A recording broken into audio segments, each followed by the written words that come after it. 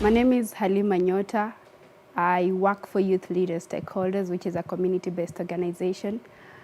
Our initiative is to addressing gender-based violence and teen pregnancy in Kakamega County. And we address this through a coalition of other civil society organizations through co-funding and co-implementing of activities that spearhead the addressing and responding of teenage pregnancy and gender-based violence in Kakamega County. For a long time, Kakamega County have been recording high number of teenage pregnancies.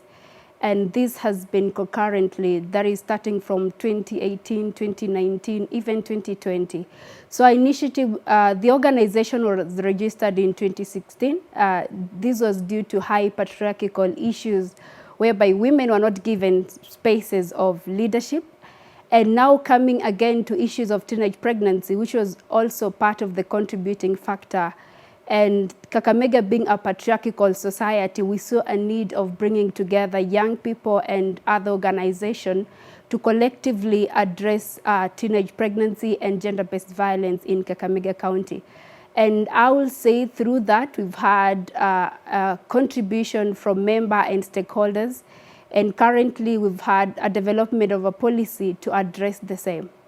I will say as an organization that is Youth Leaders Stakeholders, we've been able to bring together about 15 women-led and youth-serving organizations that formed a coalition to work together and collectively address issues affecting Kakamega County. For instance, each coalition is supposed to highlight an issue, and just for two issues that have been highlighted have been teenage pregnancy and sexual gender-based violence. And through the coalition, we've been able to formulate the SGBV policy, which is at its validation process. We recently had the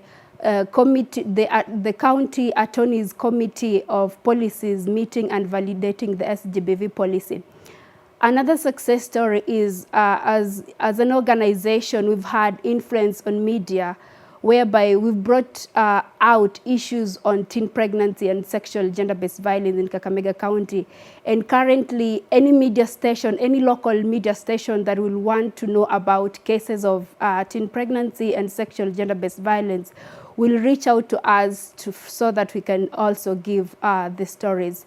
And we've also developed an addendum on teen pregnancy, which has been captured by the county government, and it has been included as part of the SGBV policy, so that these issues can be addressed as a policy issue and not any other issue. You realize that during the pandemic, there was no social contact of people. That's reduced our community engagement, because for us, being an organization from the grassroots, we focus on community work and community engagement.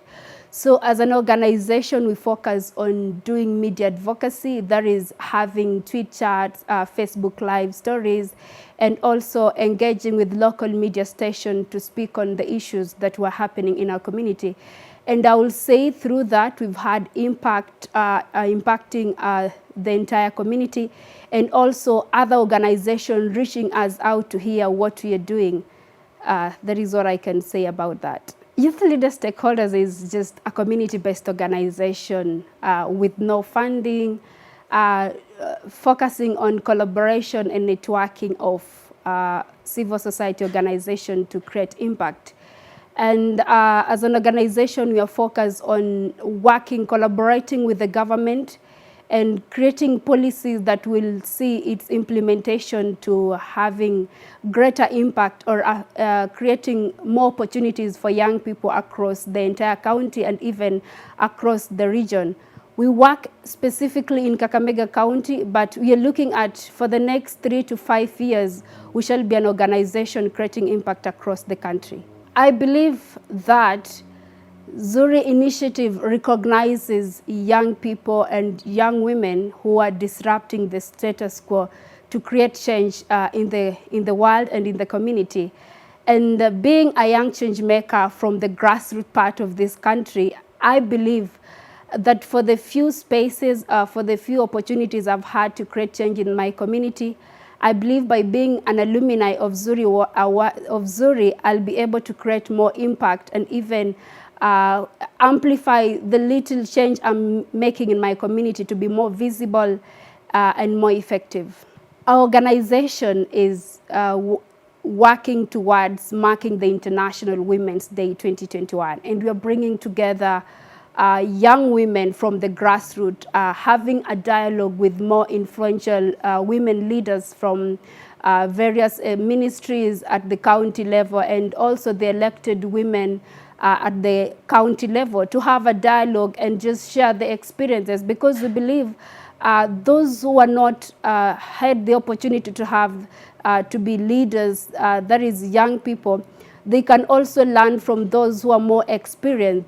And our organization works towards achieving gender equality. That's why we've been pushing for the implementation of sexual gender-based violence, which is a bigger hindrance to achieving the SDG number 5. And I will say that Sustainable Development Goal number 5 affects all the 17 Sustainable Development Goals, because if we can't achieve equality, we won't be able to achieve the rest of the SDGs.